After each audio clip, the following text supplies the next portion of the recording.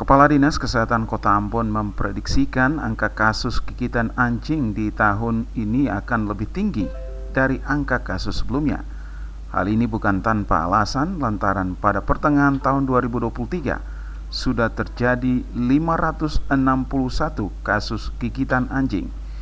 Diprediksi hingga akhir tahun ini angka gigitan anjing di Kota Ambon akan mencapai 1.000 kasus. Terkait hal ini, Dinas Kesehatan Kota Ambon tetap melakukan vaksinasi anjing rabies (VAR) bagi masyarakat. Hingga Juli 2023 tercatat sudah 316 orang yang menerima vaksinasi rabies dengan 4 dosis.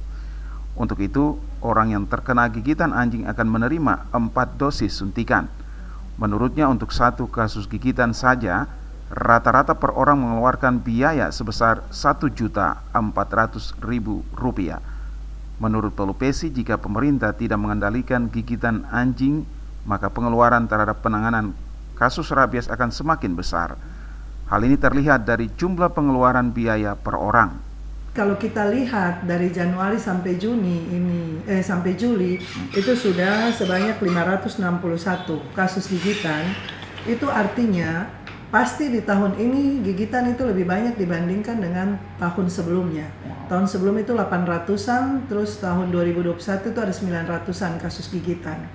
Jadi kalau tahun ini setengah tahun lebih sudah 500-an, kalau ditambah perkiraan sekitar 900 sampai 1000 kasus gigitan. Kepala Dinas Kesehatan Kota Ambon Wendy Pelupesi mengaku pihaknya gencar melakukan sosialisasi penyakit rabies di masyarakat. Hal ini dilakukan agar masyarakat dapat melakukan pertolongan pertama pasca gigitan sebelum melakukan perawatan ke pusat kesehatan.